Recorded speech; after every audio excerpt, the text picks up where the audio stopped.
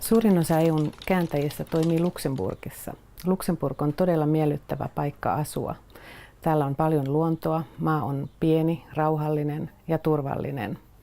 Erityisesti perheellisille tai perhettä suunnitteleville täältä löytyy paljon palveluja. Bryssel on ihan erinomainen paikka asua ja olla. Tämä on kansainvälinen kaupunki. Täällä on, ei ole ehkä niinkään varsinaisesti osa Belgiaa, vaan vähän sellainen oma maailmansa. Tässähän eletään ulkomailla hyvin turvallisissa puitteissa.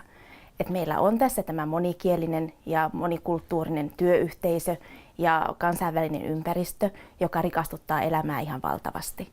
Mutta sitten samalla meillä on kumminkin tämä omien suomalaisten kollegoiden työyhteisö, joka tuo semmoista ihanaa turvaa. Täällä on paljon tapahtumia, kulttuuria, erilaisia happeningejä. Myös sinkuille Luxemburgilla on paljon tarjottavaa. Täällä on kulttuuria, musiikkia, konsertteja, urheilu- ja liikuntamahdollisuuksia uinnista maastohiihtoon.